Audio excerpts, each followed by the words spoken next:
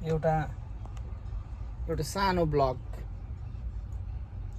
कामको बेलामा थाकेर लोथ भइरहेको छु अनि मेरो गाडी बिग्रियो आज अनि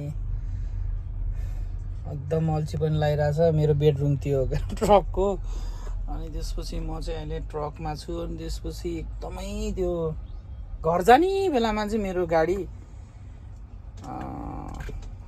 ट्रक बिग्रियो। त्यसपछि यो ट्रक बिग्रिँदाखेरि चाहिँ फोन गर्दाखेरि 90 मिनट लाग्छ भनेर भन्यो। 90 मिनटसम्म वेट गर्दैछु अनि 10 घन्टा म यहीँ सुत्नु पर्ने भयो। अनि मेरो डेलिभरी चाहिँ यो स्टोरमा थियो आज, अगाडिको एस कम्पनीमा। यो चाहिँ मेरो गाडी हो अनि आज चाहिँ अब दिक्क लाग्यो होइन, बस्दा मेरो ट्रकले आज मलाई धोका दियो। अनि के भयो भनेर चाहिँ भन्छु म। अब यो पनि ग्ल्याड ह्यान्ड हो होइन, यो पनि ग्ल्याड ह्यान्ड हो, इलेक्ट्रिक लाइन यता ठिक छ।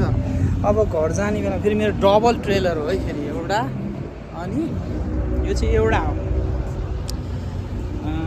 एउटा त्यसपछि यो अर्को, यो चाहिँ अर्को ट्रेलर। अनि यहाँनिर चाहिँ मेरो यो ग्ल्याड ह्यान्ड चाहिँ यहाँनिरबाट बिग्रियो। अनि यो चलाउँदा मेरो हातको नङहरू पनि एकदमै फोहोर भएको छ। अब नुहाउन पाउँदैन, हातको नङ मात्र होइन लुगा पनि हरिबिजोग भन्छ, यही हो कि क्या हो। अनि यो सबै लक गरेर घर जाने बेलामा, घर जानलाई यहाँबाट 3 घन्टा लाग्थ्यो। मसँग 2.5 घन्टा ड्राइभ आवर थियो। अब म घर जान पाउँदिनँ आज, म चाहिँ यतै बस्नु पर्ने भयो। अनि के गरौँ भनेर चाहिँ यसो सानो भ्लग बनाएर हेर्नु न त कस्तो हुँदो रहेछ भनेर एकछिन यो बनाइदिएको हो।